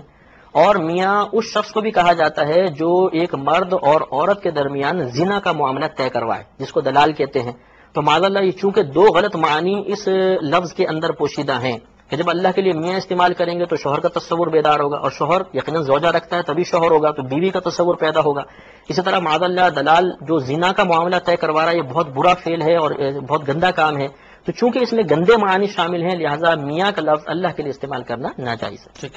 مفتی صاحب جمع کی صیغے پہ بات کرتے ہیں، لفظ اللہ کے ساتھ عموماً لوگ یہ گفتگو میں لگایا کرتے ہیں کہ اللہ تعالیٰ آپ یہ کیا کرتے ہیں، اللہ تعالیٰ آپ ہی کے ہاتھ میں سب کچھ ہے، اللہ تعالیٰ آپ رازق ہیں، آپ رحیم ہیں، آپ کے حوالے سے بہت گفتگو ہوتی ہے۔ اللہ تعالیٰ آپ فرماتے ہیں، اللہ تعالیٰ آپ کہتے ہیں، یعنی وہ فرماتے ہیں بھی صیغے میں اس کو آگے جمع کے اور آپ کے حوالے سے بھی، جبکہ قرآن میں بھی خود اللہ تعالیٰ یہ فرماتا ہے کہ انا انزلناہ فی لیلۃ القدر، وہاں پہ بھی ہم کا صیغہ استعمال ہو رہا ہے۔ تو پھر اس کو ہم کیسے دیکھیں گے کہ واحد اور یہ جمع کا صیغہ جو ہے اس کو ہم کیسے لیں گے؟ دیکھیں اللہ تبارک و تعالیٰ کے لیے جمع کا لفظ استعمال کرنا یہ ناجائز تو نہیں ہے جائز۔ آپ بھی کہہ سکتے ہیں کہ ہمارے ہاں تعظیم کا کلمہ استعمال ہوتا ہے، فرماتے ہیں کہ لفظ بھی کہہ سکتے ہیں، کیونکہ بعض اوقات ہم اپنے سے بڑے شخص کی تعظیم کے اندر کہتے ہیں والد صاحب فرماتے ہیں، تو وہاں جمع کا کوئی تصور نہیں ہوتا۔ اور قرآن کے اندر بھی اللہ تبارک و تعالیٰ نے اپنے لیے بے شمار مقامات پہ جمع کا لفظ استعمال فرمایا، جیسے آپ نے خود آیت پڑھی انا انزلناہ فی لیلۃ القدر، کہ بے شک ہم نے اس قرآن کو شب قدر میں نازل کیا۔ لیکن معاملہ یہ ہے کہ اگر ایک ہے کہ اللہ تبارک و تعالیٰ نے اپنے لیے لفظ کو استعمال کیا، ایک ہے کہ انبیاء علیہم السلام نے اللہ سے بعض مخصوص الفاظ کے ساتھ خطاب کیا، تو ہمیں دیکھنا یہ ہوگا کہ اللہ کا عمل ہمارے لیے دلیل ہے یا انبیاء علیہم السلام کا عمل ہمارے لیے دلیل ہے۔ تو لازم سی بات ہے کہ اللہ تعالیٰ کی بعض ایسے معاملات ہیں جو اللہ کی ذات کے ساتھ مخصوص ہیں، وہ اپنے لیے چاہے تو واحد کا صیغہ استعمال کرے، چاہے تو جمع کا صیغہ استعمال کرے، یہ ہمارے لیے دلیل نہیں ہو سکتا کہ ہم اس کو دیکھ کر اسی چیز کو اپنے لیے استعمال کرنا شروع کر دیں۔ بالکل ایسا سمجھ لیں جیسے ایک بادشاہ بولے جی میں تو آپ کا خادم ہوں، تو کیا درباری کے لیے جائز ہوگا کہ بادشاہ کے سامنے کھڑے ہو کر کہے کہ خادم ادھر آؤ؟ وہ نہیں کہہ سکتا، یہ بادشاہ کے ساتھ خاص ہے۔ دیکھنا یہ ہوگا کہ درباری حضرات یا بادشاہ کے مقربین بادشاہ کے لیے کون سے الفاظ استعمال کر رہے ہیں، وہ الفاظ ہمیں بادشاہ کے لیے استعمال کرنے چاہیے۔ تو ہمارے لیے انبیاء علیہم السلام کا عمل دلیل ہے۔ اب آپ پورا قرآن اٹھا کر دیکھ لیجئے، کوئی ایک مقام بھی انشاءاللہ آپ کو ایسا نظر نہیں آئے گا جس میں کسی نبی نے اللہ تعالیٰ سے کلام کا شرف حاصل کیا ہو، خطاب کیا ہو اور اس نے جمع کا لفظ استعمال کیا ہو، سب واحد۔ خود اللہ تعالیٰ نے جب ہمیں دعا تعلیم فرمائی الحمد شریف میں ایاک نعبد و ایاک نستعین، اے اللہ ہم خاص تیری ہی عبادت کرتے ہیں، خاص تجھی سے مدد طلب کرتے ہیں۔ یہاں پہ بھی ایاک کا ہے، کا واحد کے لیے استعمال ہوتا ہے اور کم جمع کے لیے ہوتا ہے، تو ایاکم نہیں فرمایا ایاکا۔ گویا یہ بھی ہمارے لیے تعلیم ہے کہ ہمیں دعا اس طرح تعلیم فرمائی جا رہی ہے کہ واحد کا صیغہ استعمال کریں۔ تو جمع کا صیغہ استعمال کرنا ناجائز تو نہیں، لیکن اس میں چونکہ جمع کا ایک تصور آتا ہے اور اللہ تعالیٰ کے لیے شرکت کا تصور آتا ہے، تو بہتر یہ ہے کہ وہ صیغہ استعمال کریں کہ جو انبیاء علیہ السلام نے استعمال کیے، اور اب اس کے اندر کوئی بے ادبی کا شائبہ بھی نہیں ہوگا کہ کیونکہ انبیاء علیہ السلام نے اللہ تعالیٰ کی وحدانیت کی طرف اشارہ کرنے کے لیے واحد کا صیغہ استعمال کیا، تو اگر ہم بھی واحد کا صیغہ استعمال کریں گے تو یہ اللہ کی وحدانیت اور یکتائی کو ظاہر کرے گا، اور یہ بہت اچھی بات ہے، اس میں شرم کی کا بحث نہیں رہے گی۔ یعنی تو اور تیرا کا جو لفظ ہے وہ جی ہاں، مثلا تو اور تیرا کا لفظ ہماری عام گفتگو کے اندر والد کو تو کہیں تیرا کہیں تو بے ادبی کا شائبہ ہو سکتا ہے، لیکن جب اللہ تبارک و تعالیٰ کے لیے تو یا تیرا کا لفظ استعمال کرتے ہیں تو یہ ہی عین ادب ہے کہ تمام انبیاء علیہ السلام نے اللہ کے لیے تو یا تیرا کا ہی لفظ استعمال کیا ہے کہ اگر عربی کا اس اردو میں ترجمہ کریں، یعنی کاف کا یا کا ہم خاص تیری، تو یہ کا جو لفظ ہے اس کا ترجمہ تو یا تیرا ہی بنتا ہے۔ تو چونکہ انبیاء علیہ السلام نے اس کو استعمال کیا، اور لازم بات ہے کہ جب وہ استعمال کر رہے تھے تو اللہ تبارک و تعالیٰ اس کو سن بھی رہا تھا اور اللہ نے منع نہیں فرمایا، تو اس کا مطلب یہ ہوا کہ ادب یہی ہے کہ ہم اللہ کی بارگاہ میں ایسے الفاظ کے ساتھ خطاب کی سعادت حاصل کریں جس سے اللہ تعالیٰ کی یکتائی کی طرف، اس کی وحدانیت کی طرف اشارہ ہو، تو یہ اولا ہے، افضل ہے۔ مفتی صاحب، ایک ڈبیٹ بہت زیادہ مشہور ہوئی تھی کہ آئدر گاڈ از ہی اور شی، کہ وہ مذکر ہے یا مؤنث ہے، اور یہ سوال عمومی طور پہ لوگوں کے ذہنوں میں ہے۔ آپ اس حوالے سے کیا فرماتے ہیں کہ کس طرح سے دیکھیں گے اس سوال کو؟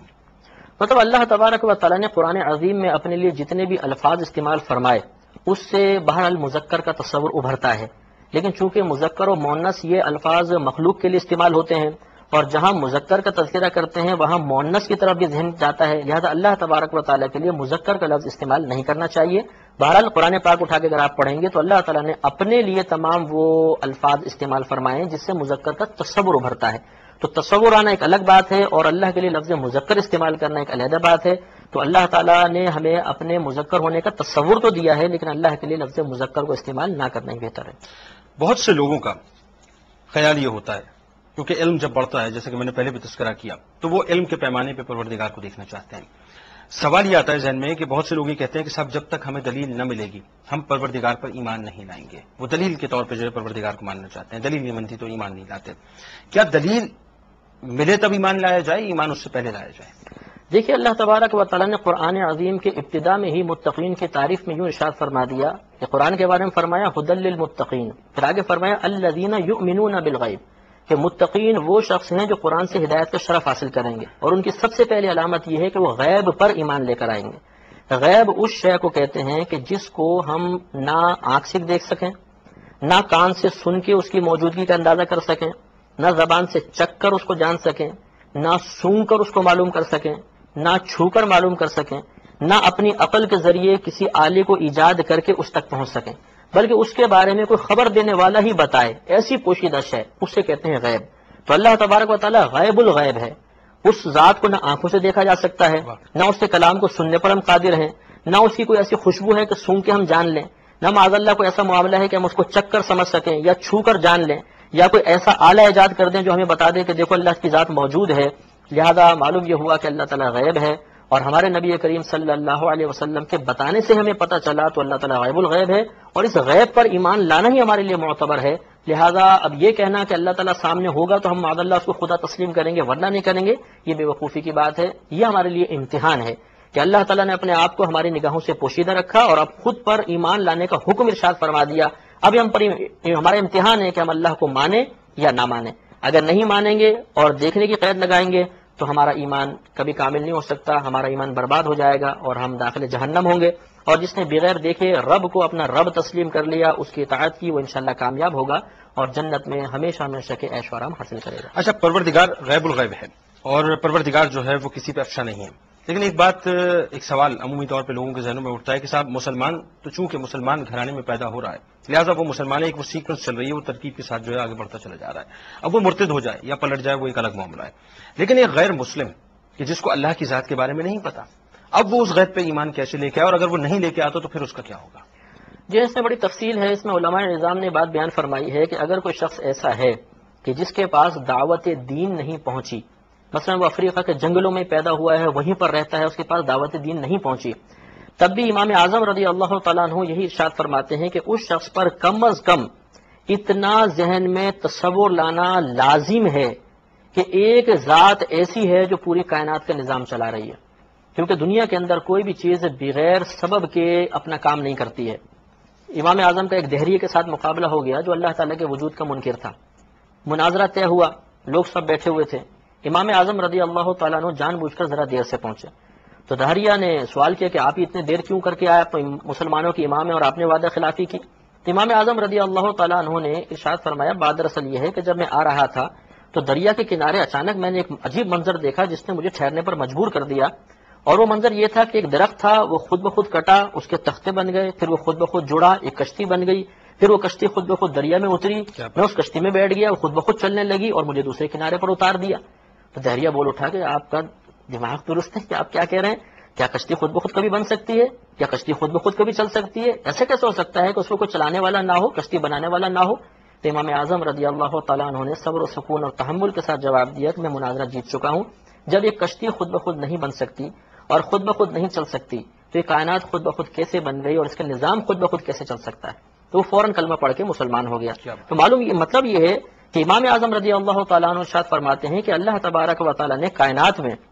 اپنی ذات پر اتنے سارے دلائل جمع کر دیے ہیں کہ ایک معمولی عقل رکھنے والا بھی کم از کم یہ فیصلہ ضرور کرے گا کہ اس کائنات کے نظام کو ایک ذات چلا رہی ہے، کیونکہ اگر دو ذاتیں چلا رہی ہوتی ہیں تو ضرور اس میں تناقض نظر آتا، لڑائی جھگڑا نظر آتا، فرق نظر آتا۔ جیسے گورنمنٹ کے اندر ایک اپوزیشن ہوتی ہے، گورنمنٹ ہوتی ہے، آپس میں ٹکراؤ روزانہ ہی چلتا رہتا ہے، تو اگر دو خدا ہوتے ان میں بھی ٹکراؤ ہوتا۔ تو ایک تو خدا کا تصور کہ پوری کائنات یقیناً کوئی ذات چلا رہی ہے، اور پھر واحد خدا کا تصور کہ یقیناً یہ بے عیب نظام جو چل رہا ہے کسی ایک ہی سوچ کے ساتھ چل رہا ہے، کسی ایک ذات کے چلانے سے چل رہا ہے، یہ تصور کم از کم اس کو رکھنا ہوگا، تب وہ اللہ تبارک و تعالیٰ کی طرف سے معافی کا خواستگار ہوگا۔ لیکن یہ وہی شخص ہے کہ جس تک دعوت دین نہیں پہنچ سکتی ہے، لوگ وہاں تک پہنچے نہیں، اور جو بڑے شہروں کے اندر رہ رہے ہیں جیسے کوئی امریکہ میں ہے، انگلینڈ وغیرہ کے اندر ہے، تو وہاں پر چونکہ اب ہر طرح کی تعلیمات کا حاصل کرنا آسان ہے، وہاں پر اگر کسی شخص تک دعوت دین بالفرض نہیں پہنچ سکی تو اس پر واجب تھا کہ وہ ہمارے مذہب اسلام کے بارے میں غور و تفکر کرتا، وہ آخرت میں مکلف ہوگا، اس کو اس کی سزا بھی ملے گی۔ رب العالمین، تمام عالمین کا رب، مسلمان چونکہ بہت ہی باعقیدہ ہو کے اپنے رب کو مانتا ہے، بے دلیل مانتا ہے، لیکن کفار کے بارے میں جب ہم کہتے ہیں تو وہ جو رحمتیں ہم پہ نازل ہوتی ہیں، جو نعمتیں مسلمانوں پہ نازل ہوتی ہیں، کیا بالکل اسی انداز سے؟ کیونکہ ہم دیکھتے یہ ہیں کہ کفار کے پاس پیسہ بھی ہے اور آسائش بھی ہے، دنیاوی تمام معاملات ان کے ساتھ موجود ہیں، تو کیا وہ تمام تجلیات جو ہیں وہ اسی طرح سے کفار پہ بھی ہوتی ہیں؟ اگر ہوتی ہیں تو سوال یہ اٹھتا ہے کہ پھر مسلمان اور کفار میں اس حوالے سے فرق کیا رہ گیا کہ جہاں دنیاوی تمام لذتیں جو ہیں وہ برابر تقسیم ہو رہی ہیں؟ دیکھیں، اللہ تبارک و تعالیٰ نے یہ اپنی عادت کریمہ رکھی ہے کہ جب کوئی شخص نیک کام کرتا ہے، اچھا کام کرتا ہے، تو اللہ تبارک و تعالیٰ یا تو اس کو دنیا میں اس کا بدلہ عطا فرماتا ہے یا آخرت میں اس کے لیے بھلائی جمع فرما دیتا ہے۔ تو کفار بھی اچھے کام کرتے ہیں، جیسے فلاحی کام ہیں، کروڑوں روپے خرچ کرتے ہیں اور بلا امتیاز بعض اوقات خرچ کرتے ہیں، مسلمانوں تک پہ خرچ کر دیتے ہیں۔ تو دنیا کے اندر تو اللہ تبارک و تعالیٰ مسلمانوں اور کفار سب پر مہربان ہے کہ اگر کافر کوئی نیک عمل کرے گا تو اللہ تعالیٰ اس کو دنیا میں اس کا اچھا بدلہ عطا فرمائے گا۔ اگر آپ تھوڑا سا یہ حدیثوں میں مضمون آیا تھوڑا سا غور کریں تو واقعی ہمیں اس کا عملی ثبوت بھی نظر آتا ہے، واضح طور پر مشاہدہ کر سکتے ہیں کہ جتنی خوبصورتی،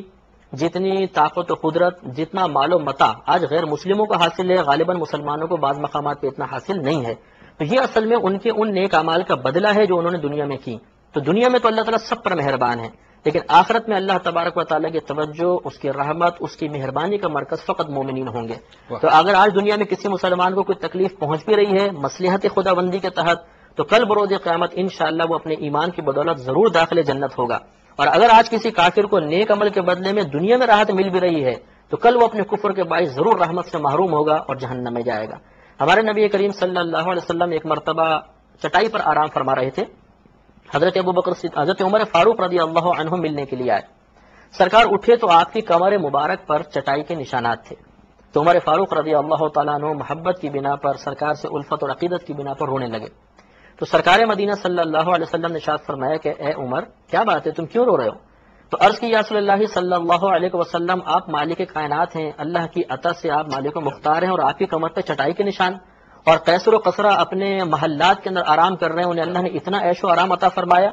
یہ نبی کریم صلی اللہ علیہ وسلم کا تاریخ جملہ ہمیں اپنے ذہن میں رکھنا چاہیے کہ سرکار مدینہ صلی اللہ علیہ وسلم نے ارشاد فرمایا کہ اے عمر، کیا تم اس بات سے راضی نہیں ہو کہ دنیا ان کافروں کے لیے ہو اور ہمارے لیے آخرت ہو؟ تو اس لیے یہ دنیا کے اندر اگر کچھ نظر بھی آ رہا ہے تو واقعی اللہ کی مہربانی ضرور ہے، لیکن دنیا تک ہے، آخرت میں تمام اللہ کی مہربانی اور رحمت مومنین کے ساتھ خاص ہوگی۔ مفتی صاحب، ایک عام انسان، ایک عام مسلمان اپنی جاب ادا کرتا ہے، جاب پہ نکلتا ہے، روزگار تلاش کرتا ہے، اپنے گھریلو معاملات کو نمٹاتا ہے، فرشتوں پہ آ جائیے، فرشتوں کے اپنے اپنے معمولات ہیں، وہ سارے وہ اسی طرح سے لگے ہوئے ہیں، دنیا کی تمام مخلوقات اپنے اپنے معمولات پہ لگی ہیں۔ سوال یہ پیدا ہوتا ہے کہ کیا پروردگار بھی کوئی کام کیا کرتا ہے، یا پروردگار بھی مصروف عمل ہے؟ جی ہاں، اللہ تبارک و تعالیٰ کے جو افعال ہیں وہ تو ہماری عقل کی وسعت سے باہر ہیں۔ آپ سب سے بڑا یہ کام دیکھیے کہ روزانہ دنیا میں کروڑوں بچے پیدا ہو رہے ہیں، اگر اس میں مبالغہ ہو جائے تو لاکھوں تو پیدا ہو ہی رہے ہیں، اور یہ حدیث کریمہ کا مضمون ہے کہ صورت یعنی ہماری شکل خاص یہ اللہ تعالیٰ بناتا ہے۔ اب آپ دیکھ لیجئے کہ ایک بالش لمبا ایک بالش چوڑا چہرہ ہے، اس پہ 2 بھویں،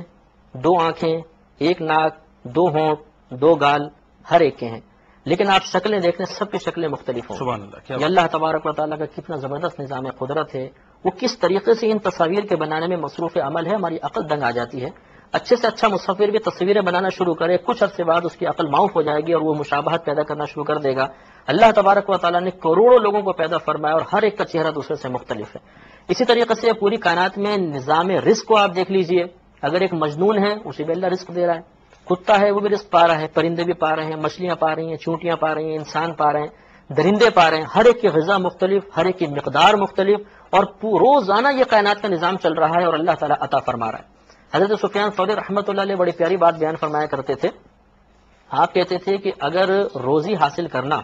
یہ فقط عقل پر موقوف ہوتا تو دنیا کے سارے بے وقوف بھوکے مر جاتے۔ کیا بات؟ تو معلوم یہ ہوا کہ یہ کائنات کا نظام اللہ تبارک و تعالیٰ چلا رہا ہے، تو معاذ اللہ سب کچھ پیدا کرنے کے بعد ایسا نہیں ہے جیسے ایک خاص کوئی ایک پہلے فرقہ تھا جو اللہ تعالیٰ کو معطل کہا کرتا تھا، معاذ اللہ، کہ اللہ تعالیٰ سب کچھ پیدا کر کے اب آرام سے بیٹھا ہوا، وہ کچھ بھی نہیں کر رہا۔ اللہ تبارک و تعالیٰ جتنا کام اپنے افعال سر انجام دے رہا ہے کہ پوری کائنات کا نظام چلانا، ان کا ریکارڈ رکھنا، ان کو رزق فراہم کرنا، ان کی امداد فرمانا، ان کی دعاؤں کو قبول کرنا، ان پر خاص توجہ فرمانا، رحمت کا نزول، کہیں پر رحمت کا سلب کیا جانا، کسی کو ایمان کی دولت سے نوازنا، کسی کو ہدایت کی توفیق دینا، یہ تمام معاملات جاری و ساری ہیں۔ لہذا معاذ اللہ ایسا نہیں ہے کہ اللہ تبارک و تعالیٰ فارغ ہو کر بیٹھ گیا ہے اور پوری کائنات کا نظام ہم چلا رہے ہیں، یہ تصور غلط ہے۔ دل میں جو ایک اپچ اٹھتی ہے یا ایک سوچ اٹھتی ہے، تو کیا پروردگار اس سوچ کو بھی بھانپ لیا کرتا ہے یا اس کا بھی اس کو ادراک ہوا کرتا ہے؟ جی ہاں، اللہ تبارک و تعالیٰ تو قلب کے ایک ایک خطرات پر واقف ہے۔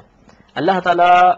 سے کوئی شے مخفی نہیں ہے، چاہے وہ ہمارے ایک ذہن میں تصور نہ آتا ہو۔ مثال کے طور پہ جو ہم سوچ رہے ہیں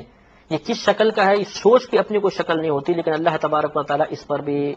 واقف ہے، اور یہی وجہ ہے کہ اللہ تبارک و تعالیٰ نے واضح طور پہ قرآن میں ارشاد فرما دیا کہ تمہاری آنکھوں سے، تمہارے کانوں سے، تمہارے دلوں سے سوال کیا جائے گا۔ تو دلوں سے سوال کا کیا مطلب ہے، اس کے بارے میں علماء نے یہ فرمایا کہ اگر کوئی اپنے ذہن کے اندر، اپنے دل کے اندر کوئی خراب خیال جان بوجھ کر لے کر آتا ہے، یہ بھی قابل گرفت ہے، یا کسی برے فعل کا مکمل پختہ ارادہ کر لے کہ میں چوری کروں گا، میں فلاں عورت کو دیکھوں گا، میں معاذ اللہ زنا کروں گا، عزم مصمم جس کو کہا جاتا ہے، اس پر گرفت ہے، اس کے بارے میں اللہ تبارک و تعالیٰ سوال فرمائے گا۔ تو اگر اللہ تعالیٰ کی توجہ کا مرکز ہمارے قلبی خطرات نہ ہوتے تو آخرت میں اس پر گرفت کا کوئی جواز نہیں تھا، لہذا معلوم ہوا کہ دل کے خطرات بھی اللہ کے سامنے ہیں۔ مفتی صاحب، اگر ایک شخص ہے، مسلمان ہے، باعمل ہے، اور جناب وہ آہستہ آہستہ تقویٰ کے مدارج طے کرتا چلا جا رہا ہے، لیکن اچانک وہ اللہ تبارک و تعالیٰ کی ذات سے جو ہے وہ منکر ہو جاتا ہے، مرتد ہو جاتا ہے، تو پھر اس کے لیے کیا؟ مطلب مرتد کا مطلب یہ ہوتا ہے کہ کوئی کلمہ گو ایسا کوئی کام کر بیٹھے کہ جو کام اسے دائرہ اسلام سے خارج کر دے تو اس کو مرتد کہا جاتا ہے۔ تو بعض اوقات ایسا ہوتا ہے، آپ کو معلوم ہے کہ انسان کتنے ہی تقویٰ کے مدارج طے کرتا چلا جائے، نفس اور شیطان اس کے ساتھ ہمہ وقت رہتے ہیں، اور نفس و شیطان کوئی بھی کمزور لمحہ دیکھ کر کوشش کرتے ہیں کہ اس کے ایمان کو سلب کروا لیا جائے، کیونکہ جب کوئی متقی مومن بن جاتا ہے اور بہت زیادہ تقویٰ پرہیزگاری اختیار کرے، اپنے آپ کو گناہوں سے بچائے، تو اب شیطان اس کی بے عملی سے بالکل مطلب گویا کہ غفلت اختیار کر لیتا ہے کہ یہ بے عمل تو نہیں ہو سکتا، اس کی جو عبادات پر استقامت ہے میں اس کو نہیں چھڑوا سکتا، تو اب شیطان کا ٹارگٹ اس کا ایمان بن جاتا ہے کہ کسی بھی طریقے سے اس کے ایمان کو سلب کر لوں، لہذا پھر ایمان پر اثر انداز ہوتا ہے، ایمان کو سلب کرنے کی کوشش کرتا ہے۔ لہذا جو شخص مدارج تقویٰ، مدارج ولایت طے کرنے کے بعد شیطان کی طرف سے غافل ہو جائے،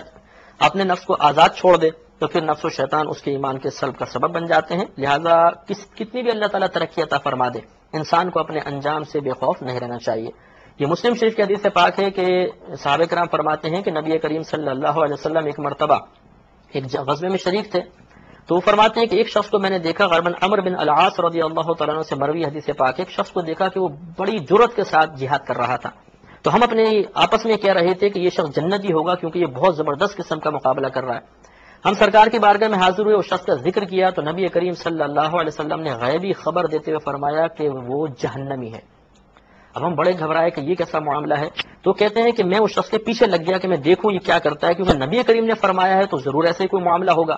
تو وہ شخص لڑتا رہا حتیٰ کہ اسے بہت زیادہ زخم لگ گئے، اور ایک وقت ایسا آیا کہ وہ زخمی ہو کر چور چور ہو کر زمین پہ گر گیا، اور اس سے پہلے کہ اس کی زندگی ختم ہوتی، زخموں کی تاب نہ لا کے اس کی تکلیف سے مجبور ہو کر اس نے اپنے حلق کے اوپر تلوار رکھی اور اپنا یوں زور دیا تو تلوار اسی گردن میں گھس گئی اور اس نے خودکشی کر کے اپنے آپ کو مار لیا۔ تو کہتے ہیں کہ میں نے اللہ اکبر کہا،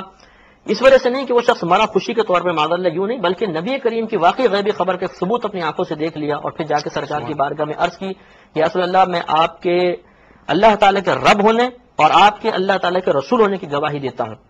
سرکار نے وجہ دریافت کی تو سارا معاملہ بیان کیا، پھر سرکار کے جملے بڑے قابل غور ہیں۔ آپ نے ارشاد فرمایا کہ بعض اوقات انسان کثرت سے نیک اعمال کرتا ہے حتیٰ کہ جنت اور اس کے درمیان فقط ایک قدم کا فاصلہ رہ جاتا ہے، لیکن پھر اس سے کوئی ایسی خطا سرزد ہوتی ہے کہ وہ جہنمی ہو جاتا ہے، اور بعض اوقات انسان جہنمی والے کام کرتا ہے، وہ ایک قدم جہنم کے قریب رہ جاتا ہے، اور پھر اس سے کوئی ایسا کام سرزد ہوتا ہے کہ اللہ تعالیٰ خوش ہو کر اسے داخل جنت فرما دیتا ہے۔ تو معلوم ہوا کہ اپنے انجام سے بھی خبر رہنا بہت بڑی نادانی ہے، ہمیشہ ڈرتے رہنا چاہیے۔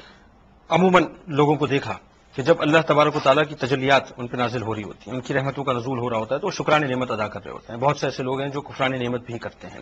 لیکن ایک صورت یہ بھی دیکھی کہ جب تکلیف آتی ہے، کرب آتا ہے، کسی مصائب میں گھرتے ہیں، تو کچھ اس طرح کے لفظ نکلتے ہیں کہ اللہ تعالیٰ نے ہمیں آزمائش میں گھیر دیا ہے، پروردگار ہمارا امتحان لے رہا ہے، یہ اس کی طرف سے امتحان ہے ہماری جانب۔ تو کیا رب سے یہ جملے منسوب کرنا صحیح ہے؟